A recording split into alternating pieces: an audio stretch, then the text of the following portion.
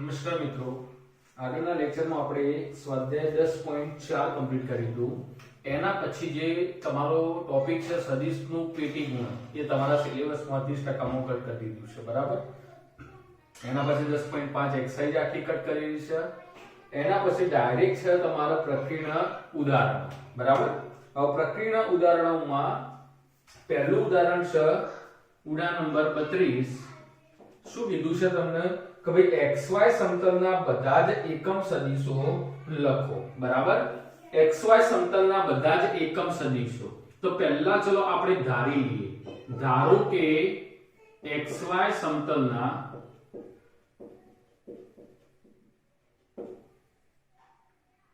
નો એકમ સદિશ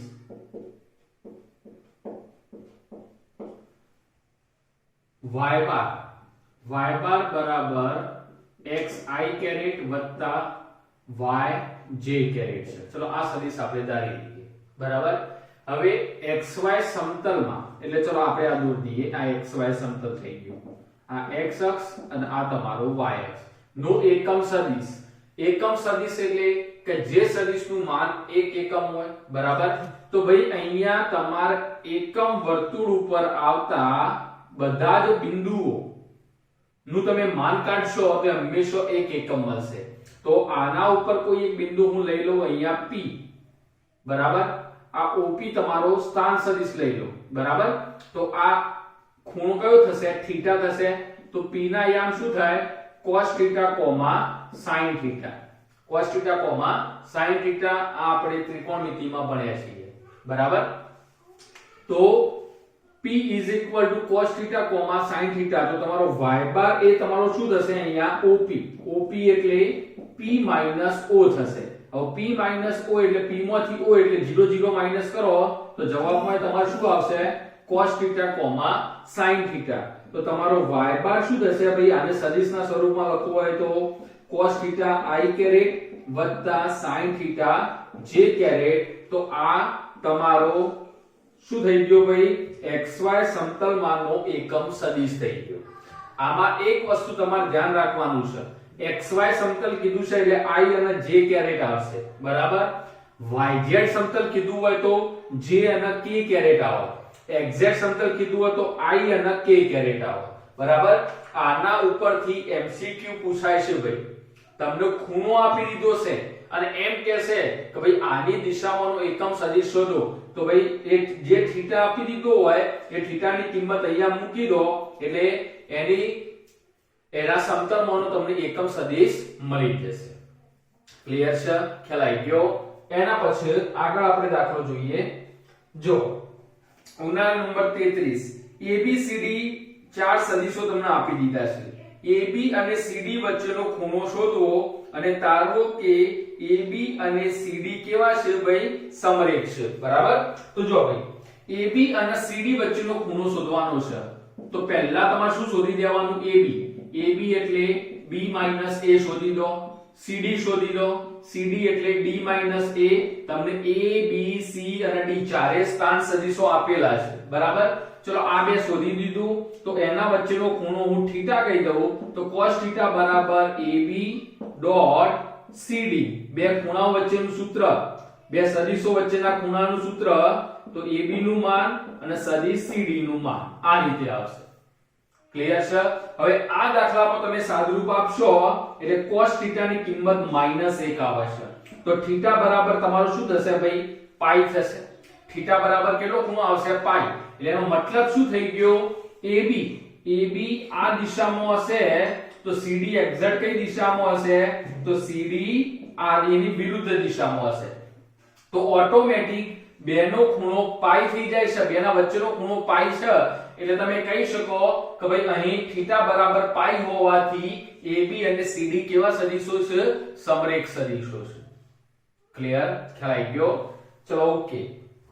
એના પછી ઉદાહરણ નંબર 34 તમને આપેલું છે. સદિશો A B અને C માટે જો ઉદાહરણ નંબર 34 માં સદિશ A નું માન આપી દીધું છે. સદિશ A નું માન કેટલું આપ્યું છે? 3, બરાબર.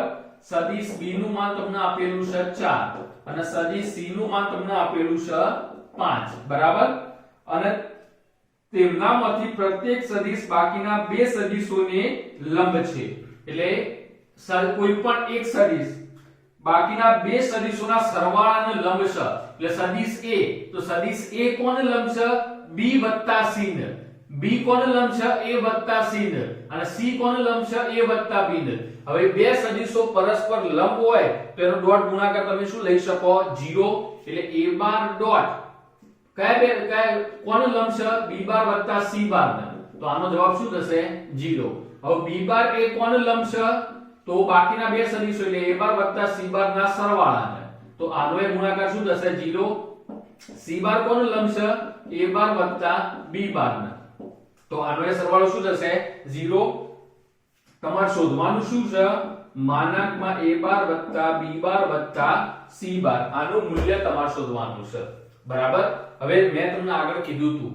કે બે કાં તો બે કરતા વધારે સદિશોનો સરવાળો આપ્યો હોય કે બાદબાકી આપ્યું હોય અને એની કિંમત તમારે શોધવાની હોય તો હંમેશા તમારે શું લઈ લેવાનું પહેલા એનો વર્ગ લઈ લેવાનો હવે વર્ગ તમે લો એટલે સદિશ A બાર + સદિશ B બાર + સદિશ C bar dot A bar + B bar + C બાર આ રીતે તમે લખી શકો આપણા આ નિયમ આવી ગયો છે A બાર ડોટ A બાર બરાબર માનાંકમાં A બાર નો વર્ગ આ નિયમ આવી ગયો છે તો માનાંકમાં નો વર્ગ હોય તો એ બે સદિશોનો ડોટ ગુણાકાર તમે લખી શકો હવે ધ્યાન આપજો હવે આ બેનું સાદુરૂપ આપો તમે તો જો A બાર નો A બાર ની સાથે ડોટ પ્રોડક્ટ એટલે માનાંકમાં A બાર નો વર્ગ થાય વત્તા A બાર નો B બાર ની સાથે થશે ને A બાર નો C બાર ની પણ અલગ અલગ કરવાની જરૂર નથી કેમ કે આ કિંમતનો આપણો ઉપયોગ કરવાનો છે તો હું ડાયરેક્ટ લખી દઉં કે A બાર નો કોની સાથે ડોટ ગુણાકાર આ બંનેના સરવાળા સાથે ડોટ ગુણાકાર થાય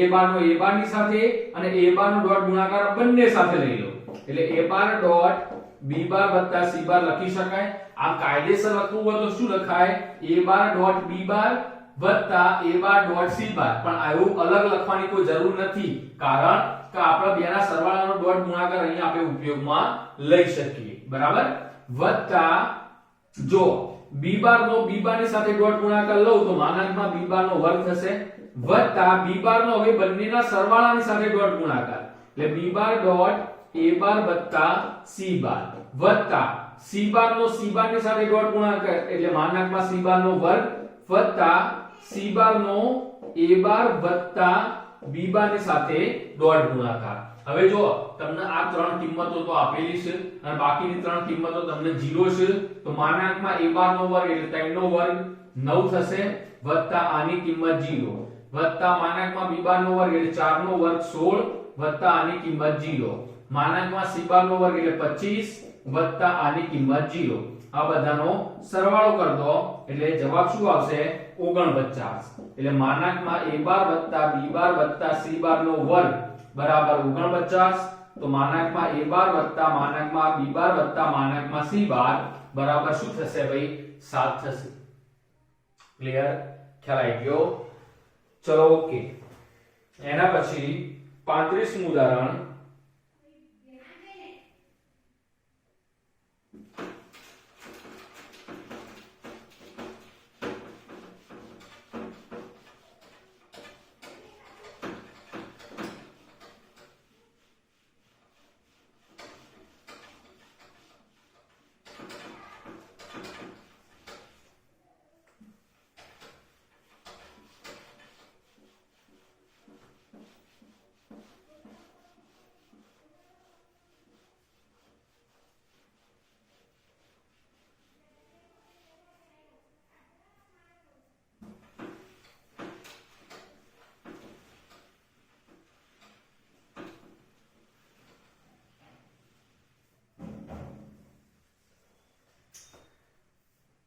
So example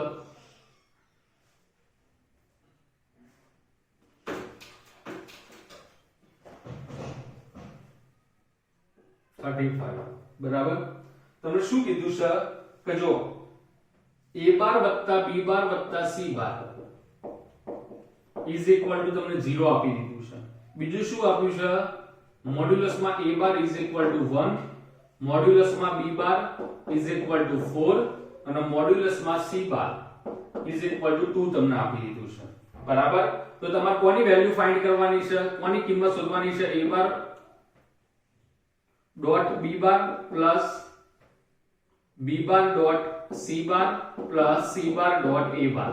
આવો એક્ઝેક્ટ એક સમ આગળ એક્સરસાઇઝમાં આવી ગયેલું છે. તો ભાઈ આની વેલ્યુ નો તમારે યુઝ કરવાનો, એટલે મોડ્યુલસમાં a bar plus b bar plus c bar નું શું લઈ લેવાનું? Whole square. બરાબર.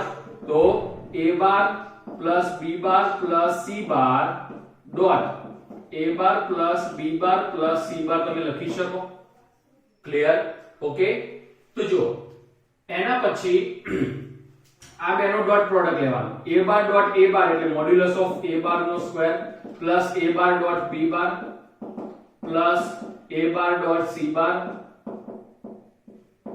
Plus b bar dot a bar plus b bar dot b bar એટલે મોડ્યુલસ ઓફ b બાર નો square plus b bar dot c bar plus c bar dot a bar plus c bar dot b bar plus modulus of c bar નો square. બરાબર. હવે modulus of આની value તો 0 already આપેલી છે. Modulus of a bar નો square એટલે 1 નો સ્ક્વેર 1 થશે. હવે a bar dot b bar લખો, b bar dot a bar લખો, બે સેમ જ છે. તો આ 1 ટાઈમ ના 2 ટાઈમ્સ એટલે 2 times a bar dot b bar લખી શકાય. એ રીતે 2 times b bar dot c bar થશે અને 2 times c bar dot a bar થશે plus modulus of b bar નો સ્ક્વેર એટલે 4 નો સ્ક્વેર તો 16 plus modulus of c bar નો સ્ક્વેર એટલે 4. ઓકે. તો 1 16 ને 4 21 21 આ સાઈડ એટલે -21 ઇઝ ઇક્વલ ટુ બધામાંથી 2 કોમન લઈ લો તો a bar dot b bar plus b bar dot c bar plus c bar dot a bar થશે ભાઈ. બરાબર. 2 વડે ડિવાઈડ કરી દો તો -21/2 is equal to a bar dot b bar plus b bar dot c bar plus c bar dot a bar થશે. Clear છે? ખ્યાલ આવી ગયો? ઓકે. હવે એના પછી 26 નંબરનો એક્ઝામ્પલ છે કે ભાઈ પરસ્પર લંબ એકમ સદિશો એટલે પરપેન્ડિક્યુલર હોય. પરસ્પર કેવા હોય? પરપેન્ડિક્યુલર હોય એવા યુનિટ વેક્ટર. બરાબર. તો શું આપેલું છે? મોસ્ટ આઈએમપી કરજો કે ભાઈ alpha is equal to 3i caret minus j caret, beta is equal to 2i caret plus j caret minus 3k caret. Okay. And beta ને તમારે કયા ફોર્મમાં લખવાનું છે, કયા સ્વરૂપમાં દર્શાવવાનું છે? b1 plus b2 ના ફોર્મમાં. હવે આ વસ્તુ મેઈન છે કે b1 એ આલ્ફા ને પેરેલલ એટલે સમાંતર છે. બરાબર. અને બીજું b2 એ કોને પરપેન્ડિક્યુલર એટલે લંબ છે ભાઈ? આલ્ફા ને પરપેન્ડિક્યુલર છે. બરાબર. તો જો ભાઈ આના ફોર્મમાં લખવાનું એટલેનો મતલબ શું થાય? આ ફોર્મમાં તમારે ઇન્ડિકેટ કરવાનું એટલે b1 and b2 તમે એવા ફાઇન્ડ કરો કે એ બંનેનો એડિશન કેટલો થવો જોઈએ? b બાર થવો જોઈએ. એનો બેનો સરવાળો કેટલો થવો જોઈએ? b બાર થવો જોઈએ. ચલો તો b1 પહેલી કન્ડિશન આપણે યુઝ કરીએ. b1 is parallel to alpha. તો b1 is equal to આપણે શું લખી શકીએ ભાઈ? લેમ્ડા આલ્ફા લખી શકીએ. તમને આગળ આ વસ્તુ થઈ ગયેલી છે. બરાબર. કે ભાઈ બે વેક્ટર આપ્યા હોય એમાંથી કંઈક કોમન નીકળે તો એ બે વેક્ટર એકબીજાને કેવા હશે? પેરેલલ હશે. બરાબર. એકબીજાને સમાંતર હશે. ફોર એક્ઝામ્પલ 1 1 1 આપ્યું છે, આમાં 2 2 2 આપ્યું છે. તો જોઈ ખબર પડે કે આ એકબીજાને પેરેલલ હશે, એકબીજાને સમાંતર હશે. કેમ? કે આ બે વેક્ટરમાંથી એક વેક્ટર એવો છે, એક સદિશ એવો છે કે જેમાંથી કંઈક કોમન કાઢો તો બે સેમ થઈ જશે. જો આ બંનેમાંથી આમાંથી 2 તમે કોમન કાઢો એટલે અહીંયા 1 1 1 ઓટોમેટિક થઈ જાય છે. એટલે જો કંઈક કોમન કાઢ્યું એટલે બે સેમ થઈ ગયા. બરાબર. હવે આ કોમન વેલ્યુ પર ડિપેન્ડન્ટ છે. આ કોમન વેલ્યુને આપણે કહીએ છીએ k. જો k પોઝિટિવ હોય તો એકબીજાને સેમ ડિરેક્શનમાં પેરેલલ હશે. આ રીતે સેમ ડિરેક્શનમાં. k નેગેટિવ હશે બરાબર તો ઓપોઝિટ ડિરેક્શનમાં એટલે પરસ્પર વિરુદ્ધ દિશામાં એકબીજાને પેરેલલ એટલે સમાંતર હશે.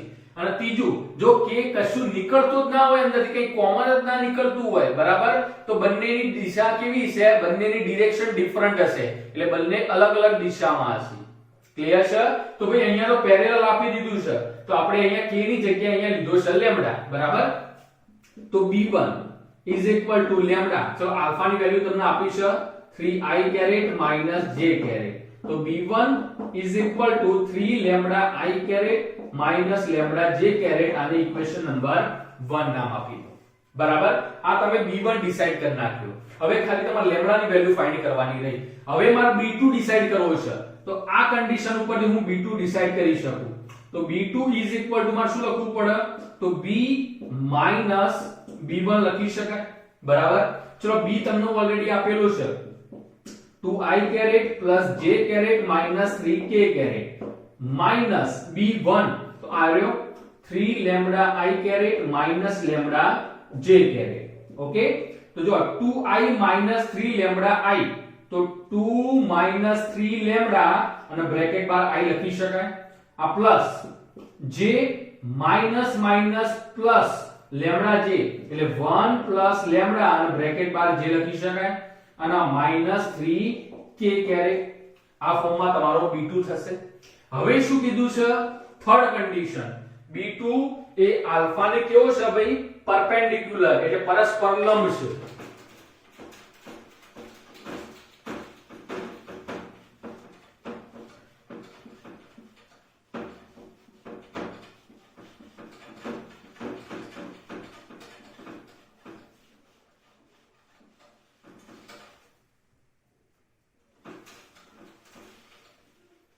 બરાબર તો જો ભાઈ તેનો મતલબ શું થાય તો b2 perpendicular to alpha એનો મતલબ તો b2 dot alpha is equal to 0 થશે બંને ડોટ પ્રોડક્ટ 0 થશે ચલો b2 તમે કેટલું લાયા 2 minus 3 lambda bracket bar i plus 1 plus lambda bracket bar j minus 3k caret dot alpha alpha કેટલો છે તમારો 3i caret minus j caret is equal to 0 ચલો આ બેનો મલ્ટીપ્લિકેશન એટલે ચલો આ 3 અંતર મલ્ટીપ્લાય કરો એટલે 3 2 6 minus 3 3 9 9 લેમ્બડા થશે બરાબર પ્લસ માઇનસ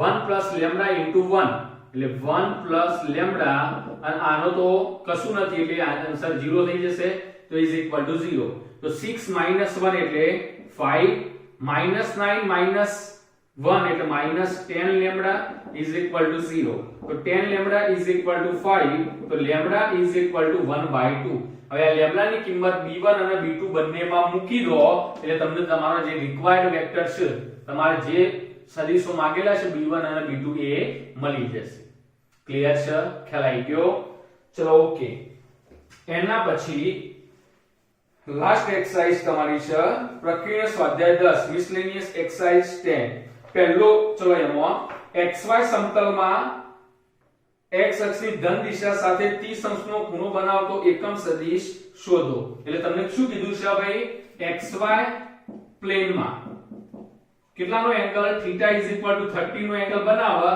તો એવો યુનિટ વેક્ટર એટલે એકમ સદિશ તમને કીધેલો છે શોધવાનો તમે હાલ જ પહેલા ઉદાહરણમાં આપણે જોયું ભાઈ આ IMP છે MCQ માટે કે ભાઈ xy પ્લેનમાં કોઈ એંગલ આપી દે તો એનો યુનિટ વેક્ટર શું થશે તો y બાર શું થાય ભાઈ cos θ i caret plus sin θ j caret હવે θ ની જગ્યાએ એંગલ મૂકી દો એટલે cos 30 i caret plus sin 30 j caret ચલો cos 30 એટલે √3/2 i caret plus sin 30 એટલે 1/2 j caret બટ એક વસ્તુ તમારે યાદ રાખવાનું પોઝિટિવ એંગલ આ કહેવાય એટલે θ આ થશે જો નેગેટિવ આપ્યો હોય θ એટલે ઋણ આપેલું હોય θ બરાબર અહીંયા ધન દિશા સાથેની જગ્યાએ ઋણ દિશા સાથે કરી દે બરાબર નેગેટિવ ડિરેક્શન કે બરાબર તો તમારે શું કરવાનું θ ફાઇન્ડ કરવા માટે 180 માંથી એ નેગેટિવ એંગલ માઈનસ કરો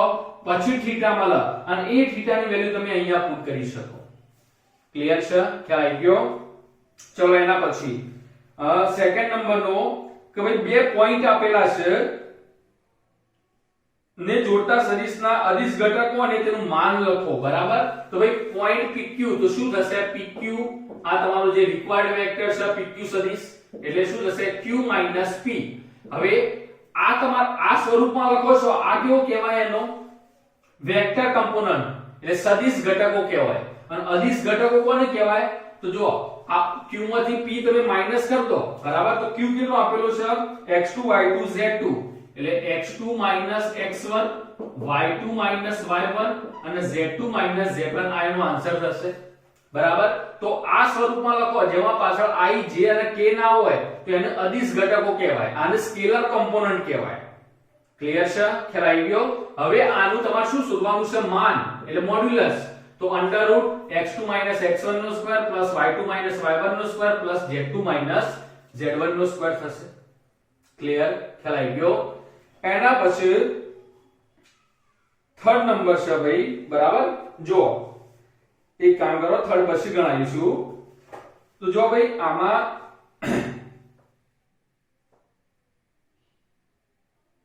બાકીના બધા સમ નેક્સ્ટ લેક્ચરમાં આપણે હવે લઈ લઈશું, બરાબર? એટલે નેક્સ્ટ લેક્ચરમાં તમાર આખી હોલ એક્સરસાઇઝ કમ્પ્લીટ કરી નાખીશું. ક્લિયર? ખ્યાલ આવી ગયો? તો અહીંયા સુધી તમે કમ્પ્લીટ કરી દેજો ફર્સ્ટ 2 સમ. ઓકે?